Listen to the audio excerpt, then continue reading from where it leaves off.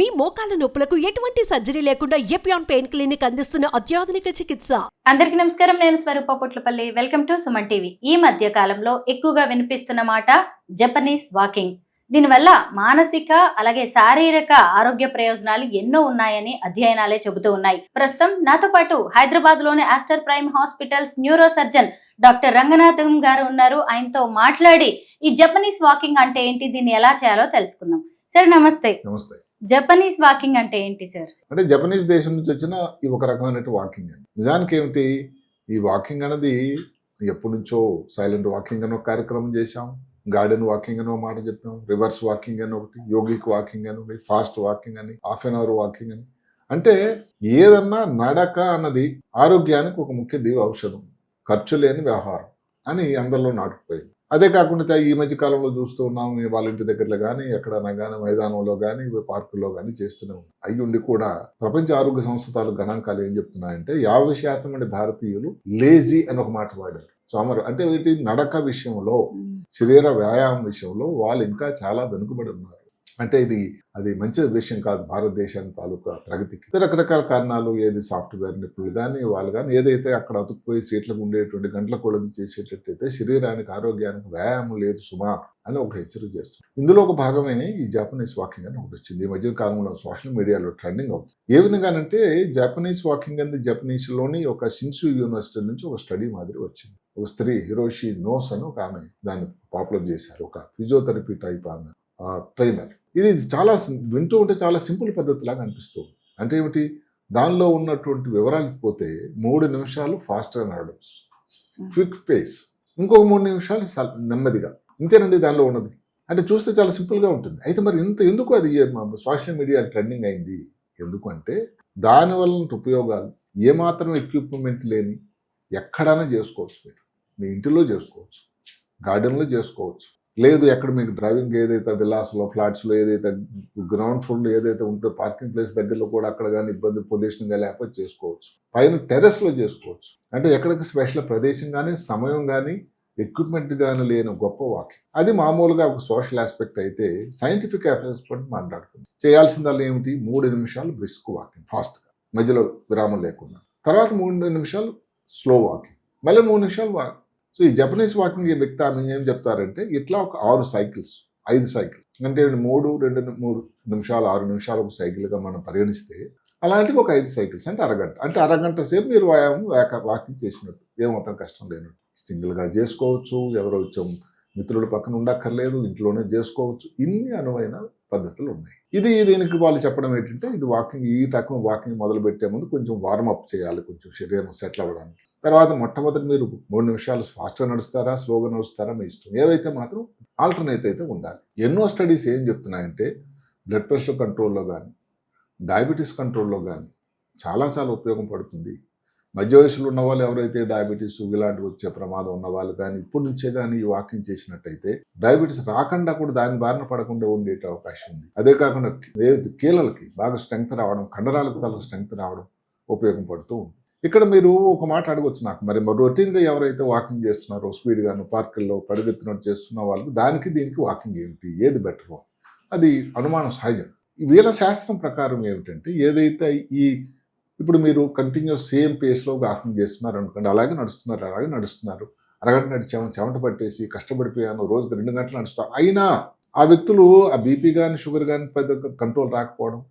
అసలు చూస్తూ ఉంటే నేను చాలామంది నా ఓపిడికి వచ్చినప్పుడు, బాబు నువ్వు వాకింగ్ చేయాలి, లేస్తా రోజు 2 గంటలు చేస్తానంటాడు. మనిషి అయితే అలాగే ఉన్నాడు 90 కిలోలు. అంటే నేను అనుకుంటాను ఎక్కడో మిస్ అవుతుంది. ఎక్కడ మిస్ అవుతుంది పోయిన దానికి ఆన్సర్ ఈ జాపనీస్ వాకింగ్లో తెలుస్తుందా అని తెలుస్తుంది.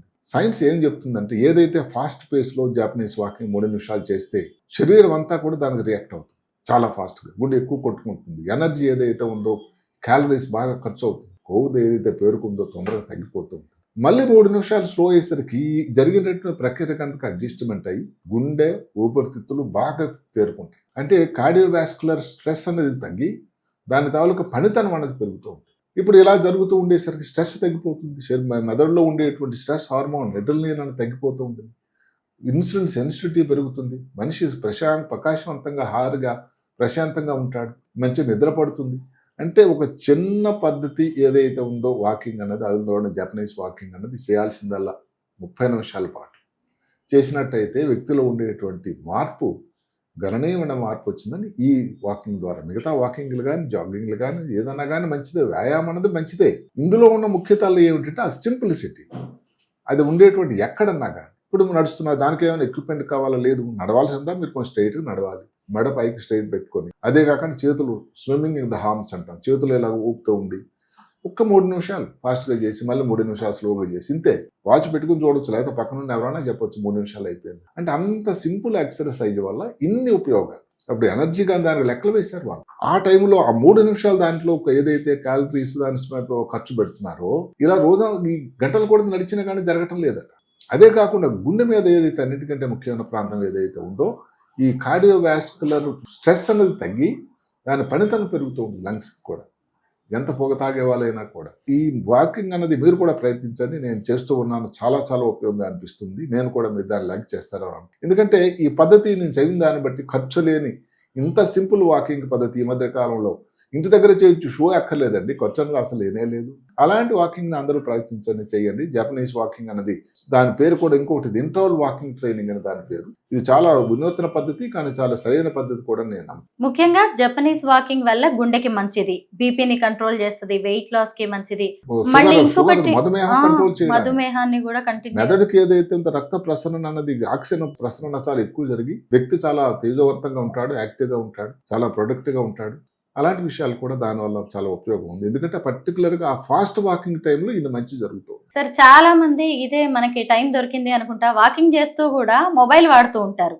రేపు ఈ జపనీస్ వాకింగ్ చేస్తూ కూడా మొబైల్ వాడే వాళ్ళు ఉంటారు. అక్కడ జపనీస్ గానీ వాళ్ళు ఎవరు కానీ ఏం చెప్పారంటే, వాకింగ్ అనేది మీరు చేసిన ½ an hour అన్నా మీకోసం మీరు కేటాయించండి. మొబైల్ కానీ చేసి ఇంటి దగ్గరే చేసుకోవచ్చు కదండి. అది ఒకసారి మనం సైలెంట్ వాకింగ్ అన్న కూడా చేసాం. సైలెంట్ వాకింగ్ అని మాట్లాడు, అది కూడా బాగానే పోయింది. అక్కడ కూడా ఏమిటంటే, ఇప్పుడు మిత్రులతో ఆహాకారాలు చేసుకుంటూ ఉత్సాహంగా పెడుతూ మధ్యలో మెసేజ్లు పెడుతూ ఉంటే వాకింగ్ తాలూకా ముఖ్యత అనేది లోపిస్తుందేమోనని నేను నమ్ముతూ ఉన్నాను. ఆ కార్యక్రమం కూడా అదే చెప్పాను. ఇప్పుడు మొబైల్ చేయడం ద్వారా కొంత వాకింగ్ అయితే చేస్తున్నారు, సుమా నడుస్తూ మాట్లాడుతూ ఉన్నారు. దానివల్ల ఎంత మీరు మనసుకు ఇది కాన్సన్ట్రేషన్ ఇవ్వగలుగుతున్నారు, మెదడు మీద ఎంత దాంతో పట్టు వస్తుంది, ఎంత ఉపయోగం అవుతుందని మీరు ఆలోచన. ఇందాక ఏదైతే చెప్పుకున్నట్టు కానీ వెయిట్ కానీ బీపీ కానీ షుగర్ ఇంత మీరు ప్రయత్నం చేసి ఎందుకు తగ్గట్లేదండి? ఎక్కడో లోపం ఉంది కదా, ఆ లోపం ఈ తరపున మీరు కూర్చోండి. ప్రతిదానికి ఒక ఏజ్ సెగ్మెంట్ అనేది ఉంటుంది. ఈ జపనీస్ వాకింగ్ అనేది ఏ ఏజ్ వాళ్ళకి? ఏ ఏజ్ తో సంబంధం లేదు, అసలు మధ్య వయసు వాళ్ళే మొదలు పెడితే బెటర్. ఎందుకంటే ఆ వయసులోనే భారతదేశంలో 40-45 పడిన వాళ్ళకి షుగర్ బీపీ వచ్చే అవకాశం ఉంది, ఊబకాయం కూడా వచ్చే అవకాశం ఉంది. కాబట్టి ఆ వయసు వాళ్ళు స్టార్ట్ చేస్తేనే స్త్రీ పురుషుల భేదం లేకుండా చేయొచ్చని వాళ్ళు. ఈ రోజుల్లో అందరికీ స్ట్రెస్, ప్రెషర్ అనేది కూడా ఎక్కువగా ఉంటుంది సార్. జపనీస్ వాకింగ్ వల్ల ముఖ్యంగా మానసిక ప్రశాంతత వస్తుందని కూడా చెప్తున్నారు. దానికి కారణం ఏమిటంటే ఇదే స్ట్రెస్ హార్మోన్ తగ్గిపోతుంది, ఇన్సులిన్ సెన్సిటివిటీ పెరుగుతుంది. అదే కాకుండా దీని వలన ఏదైతే స్ట్రెస్ హార్మోన్ తగ్గిపోవడం వల్ల మెదడు లోపల ఒక ఉద్దేశం ఎండార్ఫిన్స్ అని, అంటే హ్యాపీ హార్మోన్స్ లాంటి ఉత్పాదన అయ్యి బాగా ఆవడానికి ఆస్కారం. బాగుంది సార్. ఆల్రెడీ జపనీస్ వాకింగ్ ని మీరు ప్రాక్టీస్ చేస్తున్నాం, ఇక మీదట మేము కూడా ప్రాక్టీస్ చేస్తాము. Thank you sir. నమస్తే. నమస్తే సార్.